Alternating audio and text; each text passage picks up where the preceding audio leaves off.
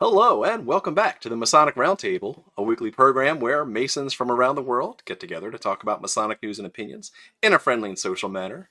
As a reminder, the thoughts and opinions expressed here are solely the opinions of the participants and do not represent any Grand Lodge statements or positions. Make sure you keep your conversations open for the public and on the level. To interact with us, we love seeing you live every Thursday night in the new year, 2026. Over in Facebook and YouTube land. It's always fun. The chats are always fun. And remember, your chats may show up in the show. So watch yourself. And if you can't catch us live, we'd love to have you watch the replay or check us out in your favorite podcasting app. You know me, John T. Ruark, past master of the Patriot Lodge, number 1957 in Fairfax, Virginia. And next up, we have the one, the only, Jason Richards. What's up, Warsh? Jason M. Richards, past master of Vacation Lodge number 16 in Clifton, Virginia. Glad to be here. Got my first Warsh of the year in. I know. It's nice. Actually, well, it's your first Warsh of the year at Manassas Stated a couple weeks ago. And by a couple weeks ago, I mean last week. It's felt like it's been like 10 months. 2026 has been a heck of a year so far, hasn't it? God damn. Yep. So, yeah, Manassas Stated back last week. I did get a couple worshes. And y'all could like knock that off. That would be awesome. That means we're going to double down. Got it. No. Well, anyway, kicking off the new year, let's give a special shout out to the patrons who have this show going well into 2026. You guys are amazing. We thank you so much. It has helped to continue for hosting costs, cameras, and lighting, and even a round of green beans or two. So with that, I want to thank you because you guys are amazing. We love you. Head over to patreon.com/the Masonic Roundtable if you want to support the show. Yeah, they've already funded us through this first 10 months of 2026 that we've been in. The first 10 months of January 8th. Yes. Yes. That's what it feels like. Yeah, well, here we are. We made it. That's the theme of the year. We made it. All right. Like we made it.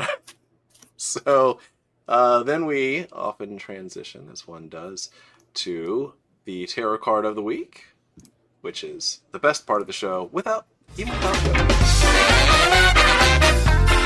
Tarot card of the week.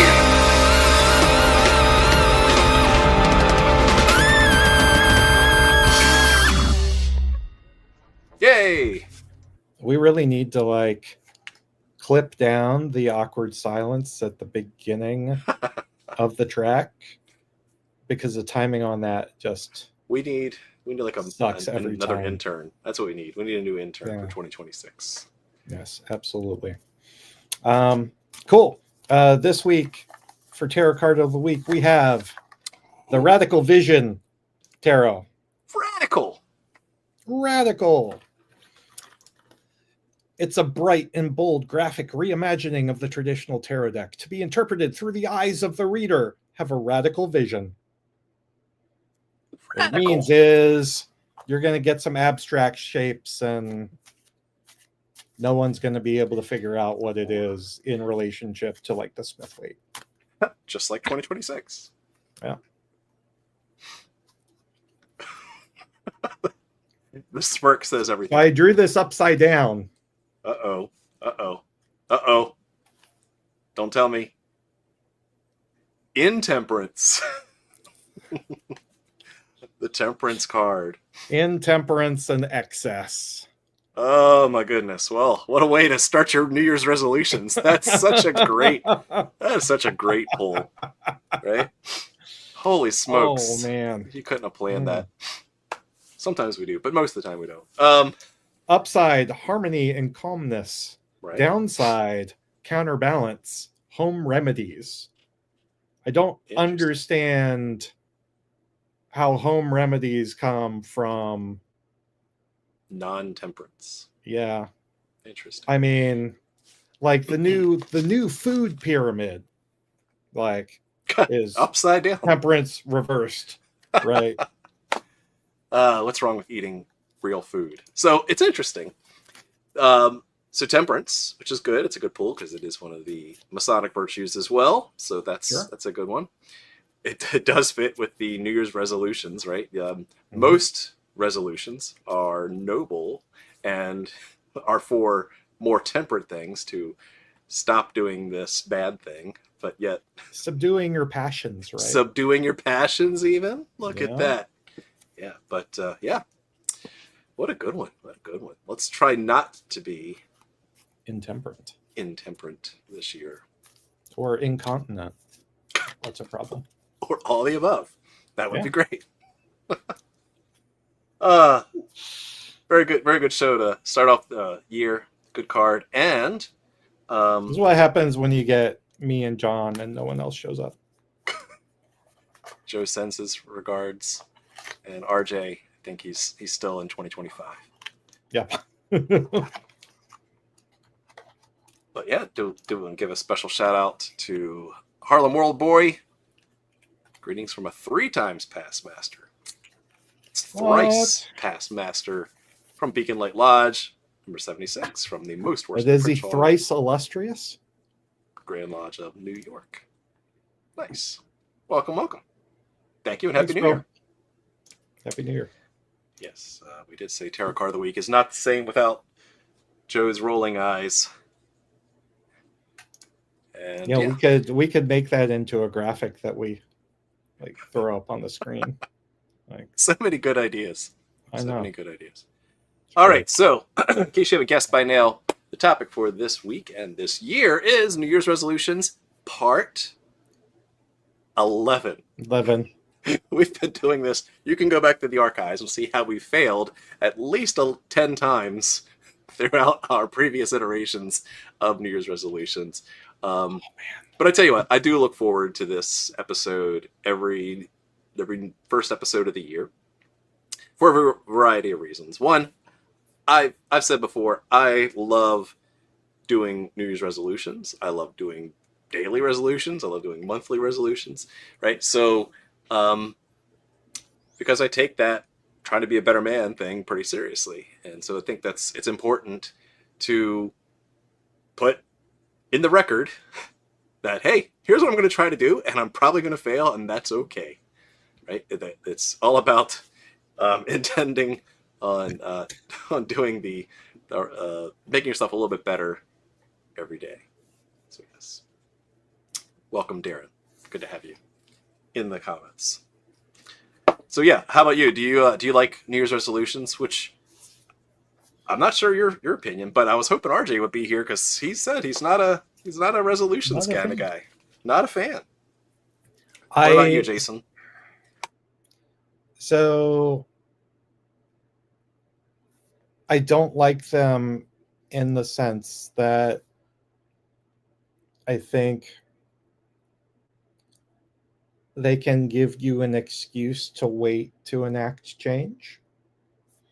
Fair point. And if we are, I ascribe to the Kaizen approach that we've talked about on a bunch of shows past, right? Like waking up every day and striving to be 1% better. And so, I think it's every time you wait for January 1 to start over, you miss countless opportunities to change yourself for the better. And so that I think is creates a bit of an issue for me with New Year's resolutions. I don't hate them. I don't disparage them. Are you more meh about them? Give or take them? I try to focus on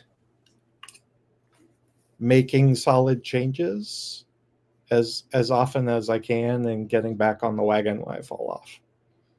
I think, and I don't have to do that just on January 1. Well, good. I've got 86 times that you can do that this year. We'll talk about Great. Should Freemasons, in particular, be more apt to have resolutions compared to the general public? So, I mean, you could interpret that question a couple different ways. You could interpret it as, should Freemasons make a big point once a year to try to change themselves for the better? It could be interpreted that way. Yes. Or you could interpret that as, should Freemasons be more naturally interested in improving themselves for the better? And so the former, nah. Yeah, you could see it either way.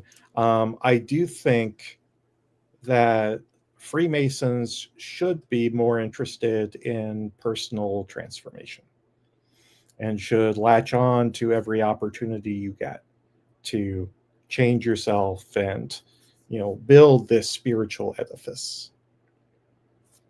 What do you think, John? So I had a hot take during one of my shower thoughts that recently, this was about a month or two ago, and it really kind of started sticking with me. The more I thought about it, the more I'm kind of doubling down on it. Where basically, if you're a Freemason and you are not a better person today than when you joined Freemasonry, you should probably quit. Might be a hot take, right? It is a fraternity. It is a social club as well, right? But we are different than the Elks or the Rotary or church clubs, right? Because we have an explicit goal of taking good men and making them better, and we have moral lessons that we teach that we're expecting each other to be better. So I don't know. That's a hot take that I don't think is too hot, and that's up to you to decide. Think about when you're initiated. Am I in some way a better person than I was then? Who defines better? Ooh, now you're getting deep, right? Again, we're circling back to moral absolutism versus relativism, but I'm trying not to go that far. Mm-hmm. Yeah, and I leave that open to the listener, but I will say that, like Benjamin Franklin would keep track of the virtues, right? He was a big fan of virtue ethics, right? Where if I can keep track of how I am, performing temperance every day, right? Then hopefully through the culmination of these behavior changes, I will be a better person, right? Was he virtue signaling with virtue ethics? Yes. Touche. I like that. So there's that one part about behavior, and then there's just the moral compass that goes with that too, right? It's much harder to teach morality. We have a system of morality, veiled in allegory and illustrated by symbols, but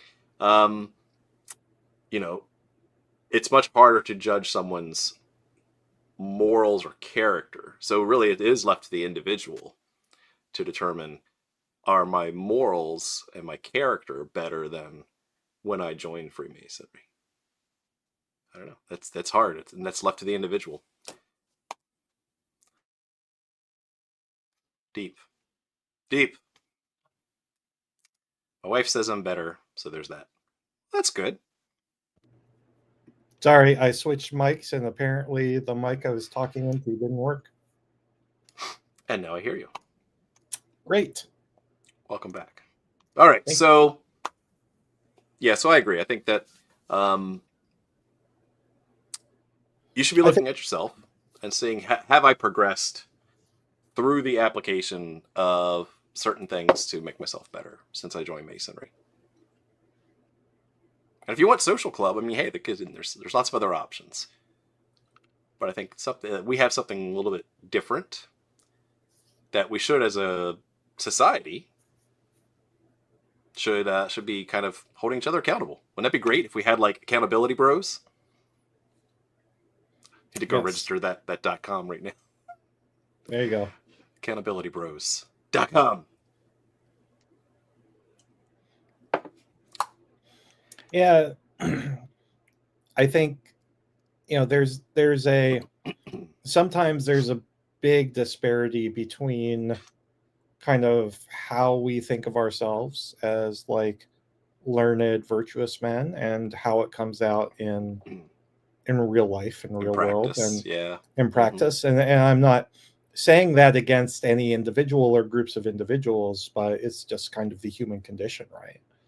And so there's a sanctification process and purification process as part of this initiatic spiritual transformation that if it really takes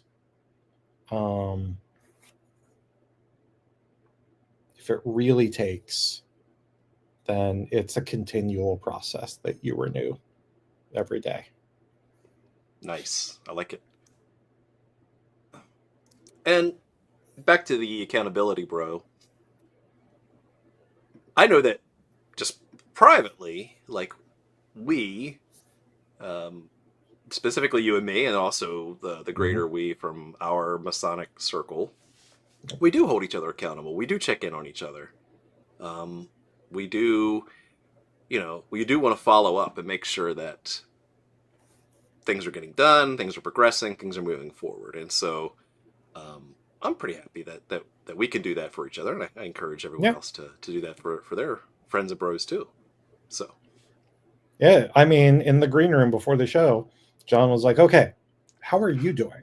Right? Yeah. Like, it's so much better to go on a journey with a group of like-minded individuals than just simply by yourself. Amen to that. And I think that works really well for New Year's resolutions. Indeed. So let's talk about the Masonic concept of improvement, right? Or self-improvement, right?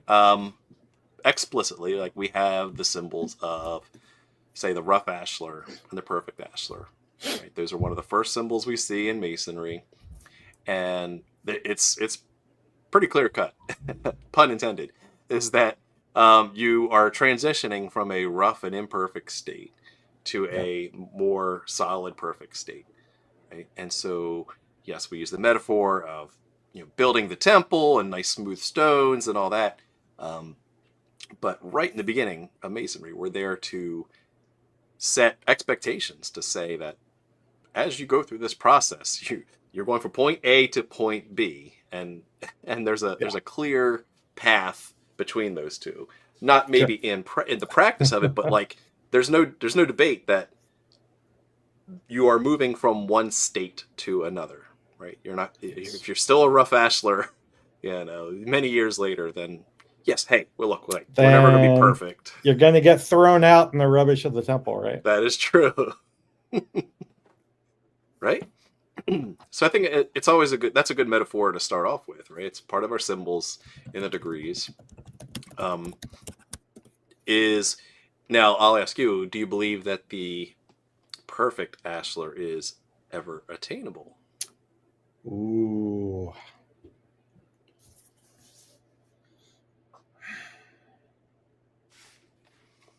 Not on this side of reintegration. Ooh.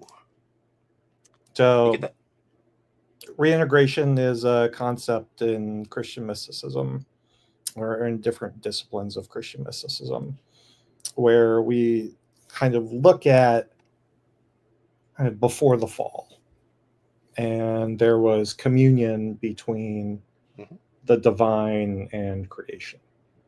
And there was just this link that then got severed, at the fall, essentially, which has led to, a decaying state of creation. And so reintegration is the process of returning to that communion and connection. And each religion has their own lens and framework to use to, achieve that communion with divinity. Mysticism works for me. Yeah. And so, it's how do you, every day kind of reaffirm your commitment to get to know your God better and better and better. And so I see, especially in the context of King Solomon's temple, right? Like when you become that perfect ashlar, you're put into the temple as part of the temple. And so if you think about, again, Richard Rohr, panentheism, we all have God within us, and creation is a continual thing. Man, I am going deep down so many rabbit holes, right? Right. So not pantheism, not everything is God. Panentheism, God is in everything and everyone. Then if you achieve that full connection with God, that is when you are placed among the other perfect ashlars within King Solomon's temple. And I don't think, except in very rare circumstances, that we can achieve that while living.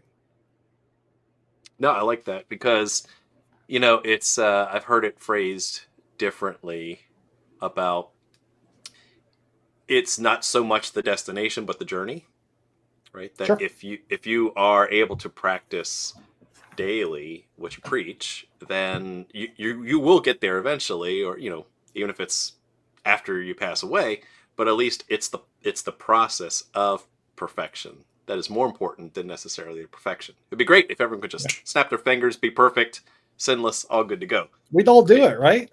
I mean, sign me maybe up. not all of us, but no. But like I said here, something we tell brothers is that just because you chip off a rough edge of your ashlar doesn't mean it can't grow back, right? So you have to be constantly working at it, right? Hey, life changes, circumstances change, and yes, we're going to fail. But like we've talked about so far, you have to constantly work at it. Again, because if you're not, are you really applying your working tools? Thanks, Metal Drew. Happy New Year. It's good to see you. Woo! So what's your commentary on all that, John? That went super deep. Now I expect, as your accountability partner, I expect you to do something similar. Oh, how the turntables. Let's see. So I for my SRICF college, I did do a paper on the 4 worlds of the Kabbalah. And one thing that was interesting was about the different states of being, as far as like your mental state, going through rough material forms all the way up to spiritual forms. And is that like the 4 worlds? Yes. Yep. Yeah. Okay. And the takeaway when I was doing my research is that yes, the goal is to reach the top and integrate with the divine and unicorns and rainbows. But we're human beings. We're spiritual beings with a physical, material existence. So, even if we were able to achieve that, it's not a permanent state of glory, right? There's going to be times where we're going to get cut off in traffic, and we're going to be angry at the guy who cut us off. And that's just human nature. That is a biological reptilian response to the material world that we have to live in, right? So there's going to be days where we're hanging out in the material plane. There's days we're going to be... And that's not a reason, that's not a reason to not put a Masonic decal on your car. I'm just a horrible driver, and I just flip off everybody. No, I hate that excuse. I hate it. But yeah, so I guess the takeaway there is part of the journey of getting towards a perfect ashlar there will be days that you'll be more of a rough ashlar. There will be days that you're closer to the perfect ashlar. And so it's the wisdom to know where you are and where you can do better, back to that, do better today than you did yesterday. Yep. And it's also, I think, important to understand that you really have no way of knowing what shape you're going to be when you achieve that perfection. Oh, that's true. I mean, just if you look at it from a religious standpoint, right? You hear all these stories of people that have been totally through the veil, have like seen the light, right? And they said, never in a million years would they have thought that they were this person they are today than they were, a year before, because of just the transformative part of that. Mm-hmm. You see that a lot in near-death experiences. Yeah. Fair. Yeah. Fair point. So another symbol that is sort of tangentially related to resolutions is the application of the 24-inch gauge, right? We're taught that we only have a limited amount of time each day, right? And that we have to allocate our resources appropriately. Some of it's prescriptive, as far as how much time to set aside for our vocation, for our service to God, and our family, and all that. But really, it's explicitly telling us, hey, you can't do it all, and you can't do it all at the same time. Or there's a phrase I heard that says, I can do anything, but not everything. Right? I have to be selective in what is it that I'm trying to accomplish, or what am I working on? And so time management. I would do anything for love, but I won't do that. Oh, okay. Anything but that. But I won't. How about that brother who's late for lodge? Are they failing to use 24-inch gauge? Sounds it depends on their priorities. Oh, there you go. Depends on the priority. Yeah, it's that's a good point, because we choose what we do with our time, and sometimes doing nothing is a choice, right? Or well, if you're late for lodge every month because you're having dinner with your kids, are they failing at their 24-inch gauge, or are they crushing it? Right? Probably somewhere in between. Yeah, somewhere in between. Yeah. So but again, like, it's hard for an outsider to truly make that judgment call, right?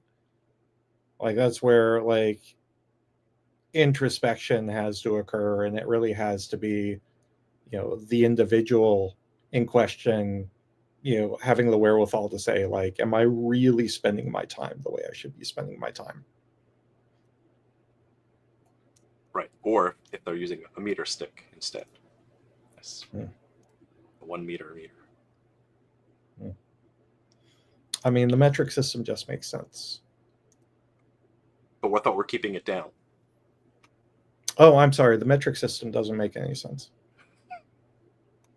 Let's control that British crown. The last one that I wanted to talk about from a Masonic point of view is subduing passions. Like, we're taught to do that pretty early as well in our Masonic careers. And if you look at it from just the pure face value, people could misinterpret what the intent is behind controlling your passions or subduing your passions. Is it like that thing in November? The for people with legume allergies. Yeah. Well, is that curbing your passions? Well, so we have lots of passions, and it's on first pass, right? You would think that, hey, we're telling men, hey, subduing your passions is just like, hey, don't be passionate, but don't fly off the handle. Don't be irate at things, right? That might be the literal version of that.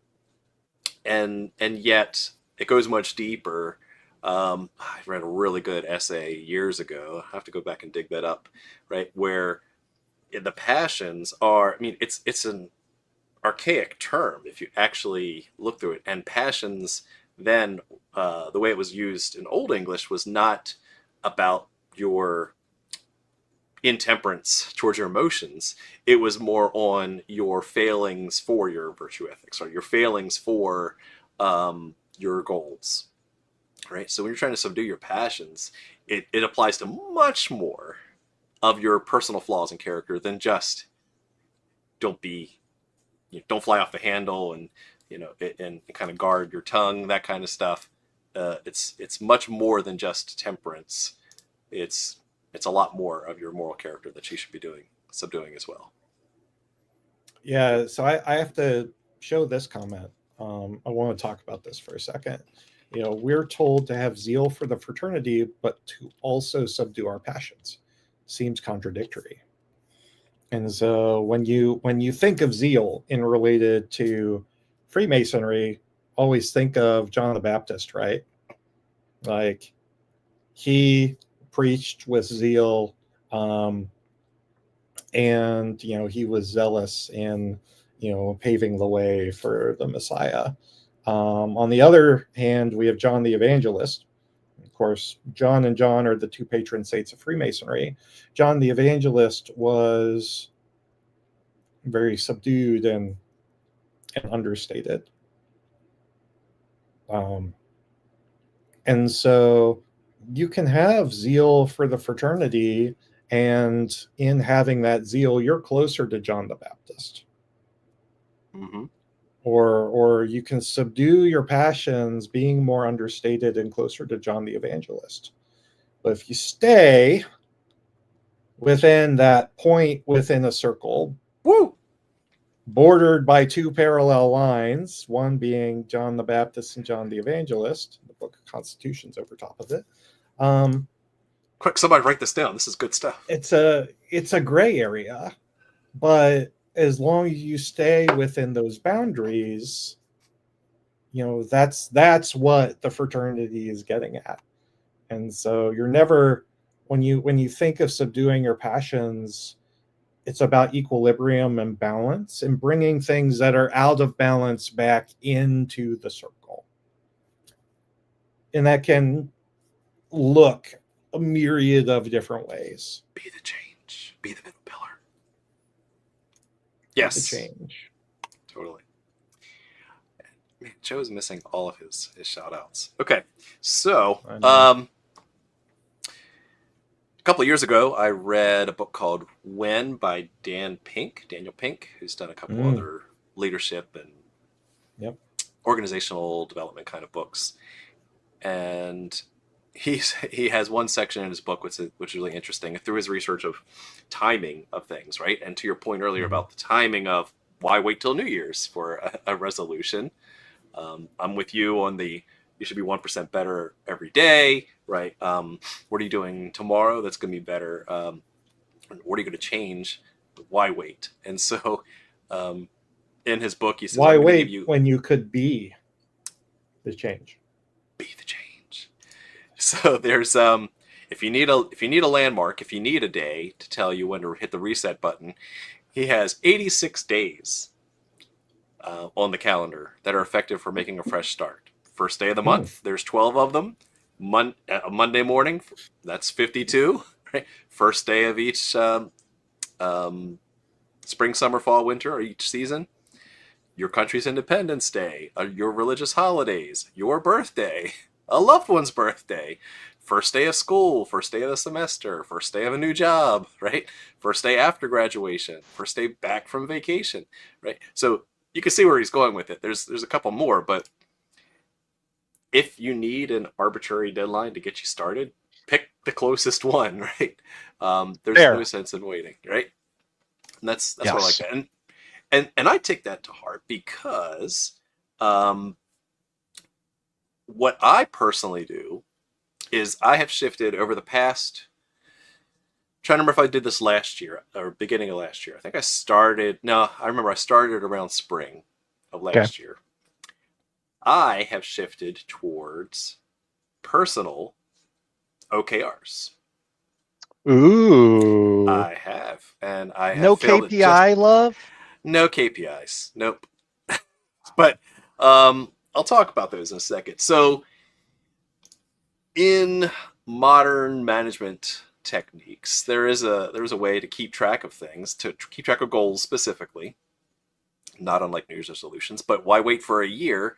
Because if you do it right, your objectives, it's a fancy word for goals, should be measured maybe quarterly.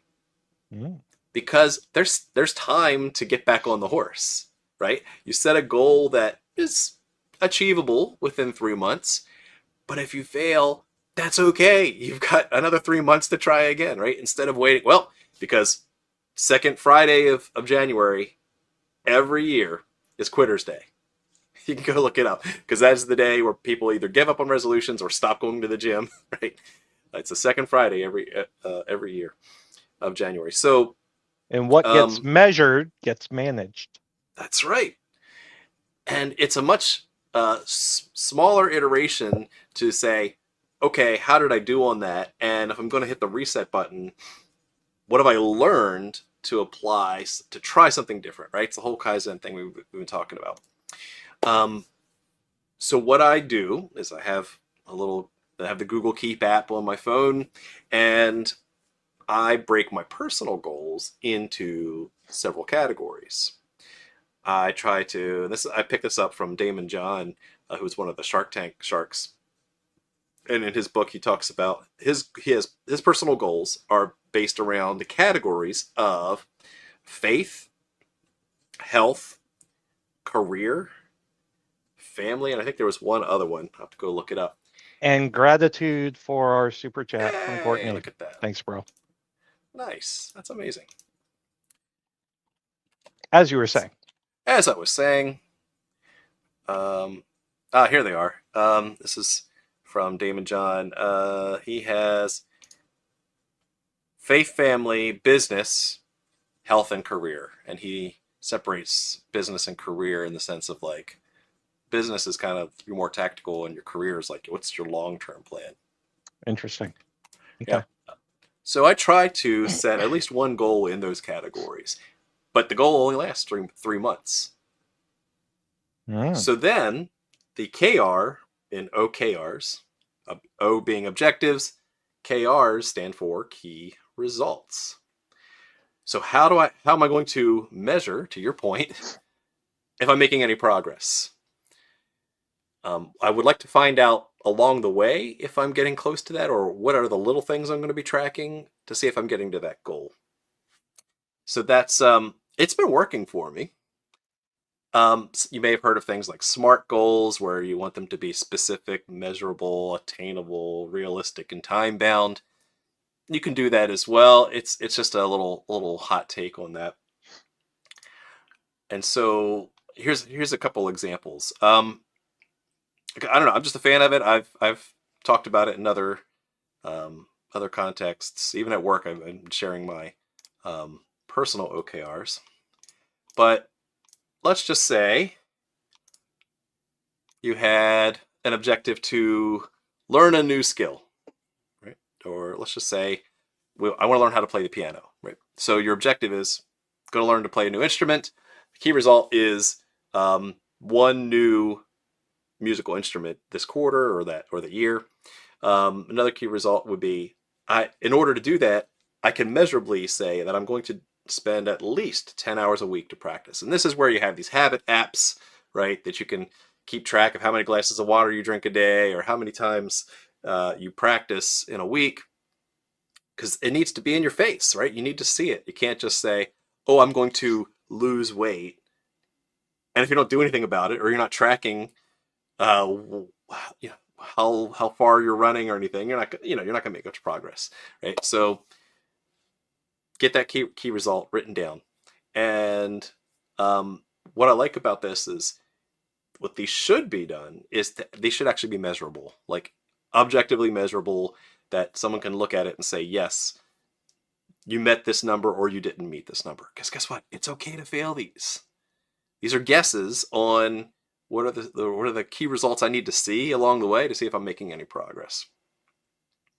Well, I think it's your best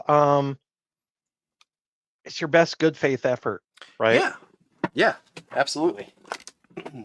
And what I like is it's a guess until you do it the second time. So at the end of the quarter, go back and look and say, hey, did I meet that?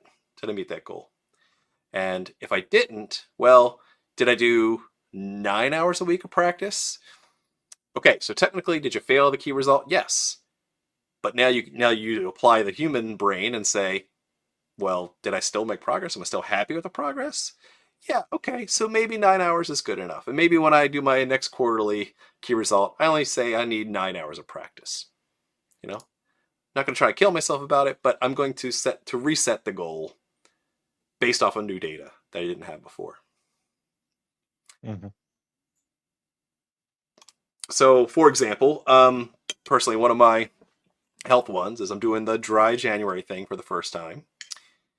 And so what you saw me drinking earlier was actually non-alcoholic beer instead of the usual heavy octane. Hey, technology's been great. They've got some really good ones out now. But yeah, but so that's one, and that is a measurable thing that if I can make it through the end of January, then I've met that goal. That's my key result. Okay. So that's one example.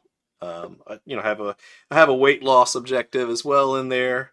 Y'all don't need to know how much I'm targeting, and I'm probably going to fail at that one, but I've got a goal. I'm really big about setting goals, and yes, always. I mean, it's not currently a full moon. Yes. What happens on a full moon, Jason? John eats ice cream. And my kids still know that today. Because that's one of my vices. Yes. Hey, well, I mean, okay. I think about that every single time there's a full moon. I'm like, John's getting his ice cream. It's going to be a good day. Hey! So that's the temperance part, right? We talk about temperance. And if that's what I need to show some restraint, I can treat myself to ice cream once every 28 days. Yeah. Sometime once in a blue moon. Do you know what a blue moon is? The new moon. Almost. It is when you have 2 full moons in one calendar month. Oh. The second full moon is called for whatever reason a blue moon. Blue moon, you saw me standing alone. Which is why it's once in a blue moon. Happens, where the 28 days happen to just slide in the window of a calendar day. So you learn something new. Oh, dude. Funny you say that. My kids call it wolfing out. Oh, Dad's going to go wolf out on his ice cream this month. But hey, you know what? It sounds silly, but it works. And that's lactose the thing, right? Doesn't count during a full moon. You don't get the tummy troubles. No, yeah, trust me. I pay for it. You rhetorical, not you, John. One does not get the tummy troubles when one eats ice cream during a full moon. So what do you think about those categories, Jason, of setting not just a New Year's resolution, but having at least one in those categories of your aspects of your life? Faith, health, career, family, etc. Well, I think it's helpful from a holistic sense, right? Like you want to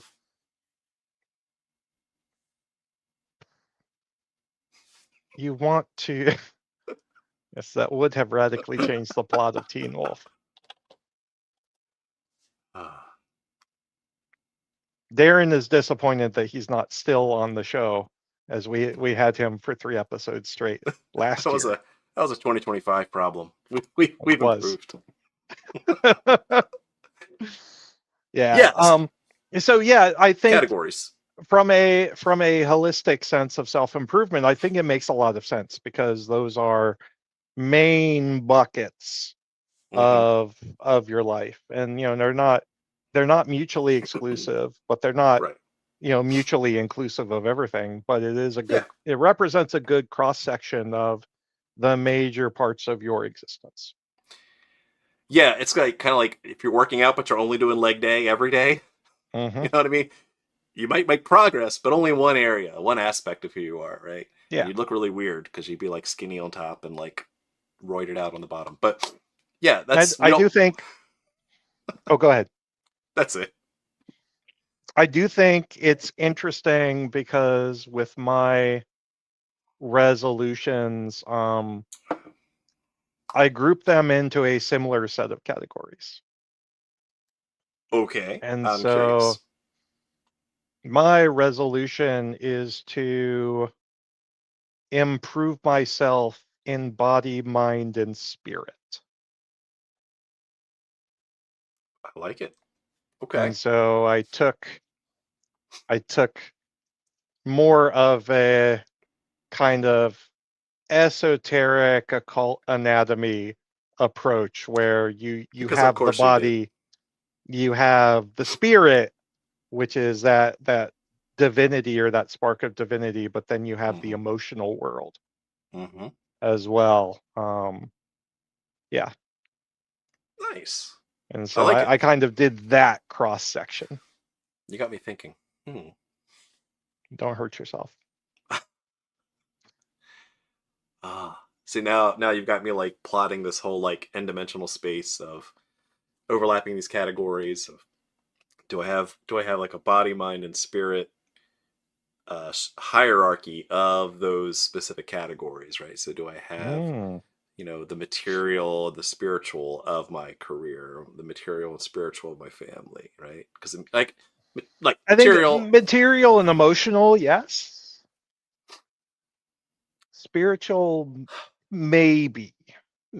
Like if you are actively using your vocation to bless God or strengthen, deepen your relationship with God, then perhaps. But there's guy, like physical health, mental health, right? Spiritual health. I don't know. You got me thinking. I mean, for a guy who manages like AI tools and AI programs, there is not necessarily a clean linkage between that and like spiritual health. I'll make it happen. I believe in you. We should ask ChatGPT. We should. It's your favorite LLM. Yeah. So, all right. Do you want to share any of your goals for this year? Any of your New Year's resolutions? I kind of did. I mean, that was as far as I've gotten. It has been a whirlwind of a year so far. Yep. And so my goal is balance and bringing equilibrium's a good goal. It really body, is. mind, and spirit into balance. And to do that, I want to make small, sustainable changes.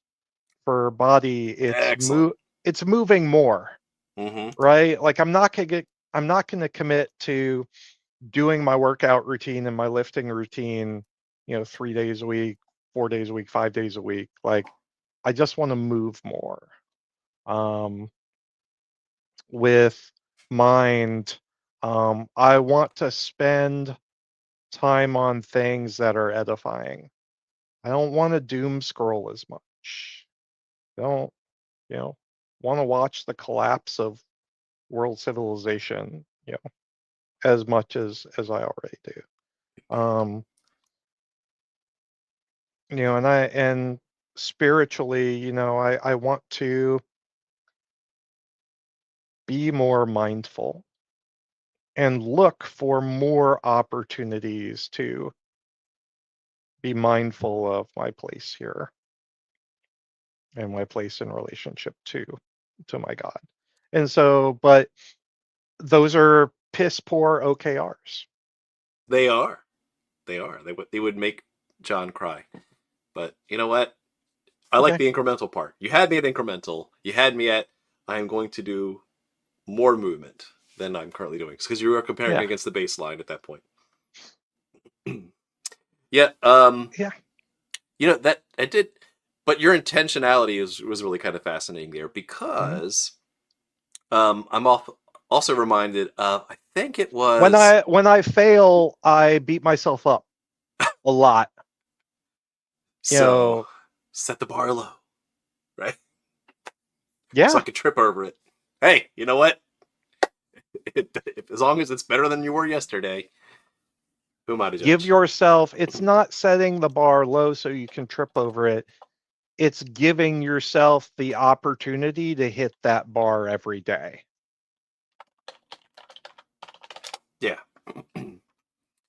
I mean, it's measuring things in story points as opposed to releases for, product managers out there, right? Like, I don't need to build and build and build and wait for 3 months to see if I've made any progress, when I can take a look at myself and do some introspection every night and say, hey, like, what did I do today?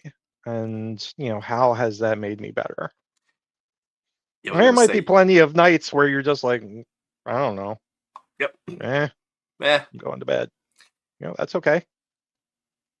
Again, I'm really zoned in on your intentionality part, right? It's like, whatever you do, be into it, and don't try to give time and energy to things that are lower value for your goals and for your intentions, right? And I keep thinking of, there's like a heck yes rule where if you are trying to do something, or you're being asked to do something, and you don't immediately feel like you want to say heck yes to it, then don't do it.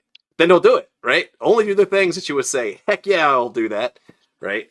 And that's. Are you saying I shouldn't write my SRICF paper?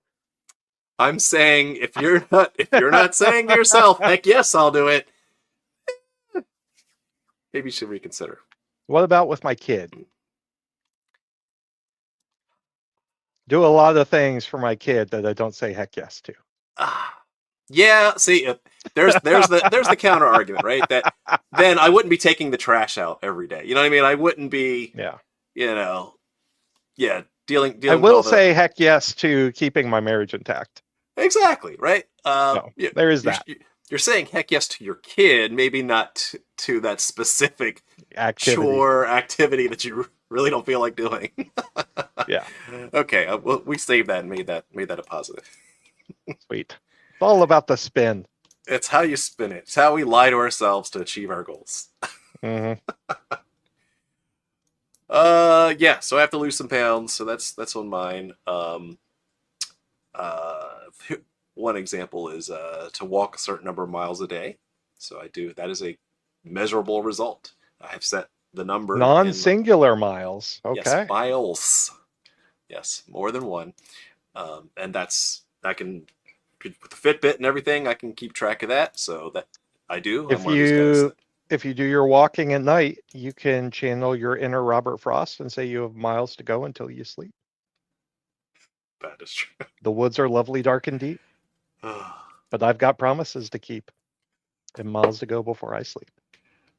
That's not one I've memorized, but I like it. It's been years since I've heard that one. That was high school. Yeah. See? You should be, you'd be really good at memorizing ritual too. Yeah. Yes. That's what people tell me. Yeah. Show off. All right. Yeah, and I got some I put my financial goals into my family goals because it's for the family. That's my why. Okay. So specifically in the family. Well, I mean, you have 8 billion children, so I need 8 billion more dollars to go compensate for all that. So those are my goals at a high level. Compound. Yeah, and and I'm going to fail at some of those, and that's okay. In fact, if you work for Google, they had, for a period of time, for about a decade or so, they were using OKRs on the regular, and they wanted you to fail at 40% of them. Really? Yeah, because if you are crushing your OKRs, you're not setting the bar high enough. You're not, taking on stretch assignments. So they were looking for that sweet spot of you only meeting about 60% of your goals. Well, and that makes sense because it destigmatizes failure, right? Sure, right. Yeah. Right. You can get to a point where you're so risk averse that you don't actually stretch yourself and you don't innovate for the company or the organization. And so it makes a lot of sense to me in a way of kind of desensitizing people to failure and making them more comfortable so they take bigger risks. And so it's like reframing is really important. Like, what if we were to say, how many of your New Year's resolutions can you fail on this year? It takes the stigma away of trying to get it perfect and right. You're like, oh, okay, I'll try this, I'll try that. But or you just set the bar so low that you trip over it. Jason, yes, that's what I heard. Okay. All right. This is intentionality, man. Intentionality. Yes, being present, equilibrium. Those are all mindful, good goals to achieve. So I did not make a resolution to get more tattoos. If you don't have to try at something, is that really a New Year's resolution? No, my resolution is not to get more tattoos. Well, I tripped and fell and got another tattoo. I landed on this needle. Yeah. All right. Final thoughts. Jason, what do you say? Would you say are some good motivational things for our listeners to take away? When it comes to self-improvement and inner transformation, it's important to do what works for you. People are different. People have different triggers. They have different ways of being accountable. They have different ways of achieving their goals and different mindsets for it. And so there's no one way that's going to work for you. John's OKRs are not going to work for me where I am in life right now. I have so much to keep track of already. At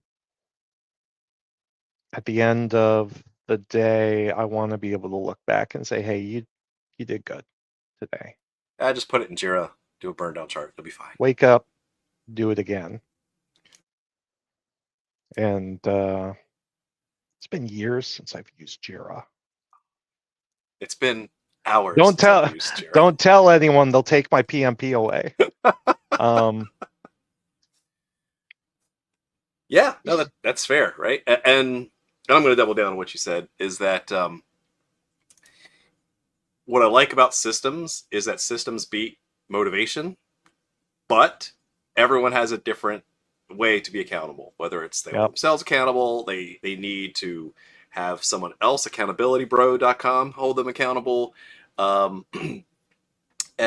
it's just there's. Is that the one that monitors your internet history?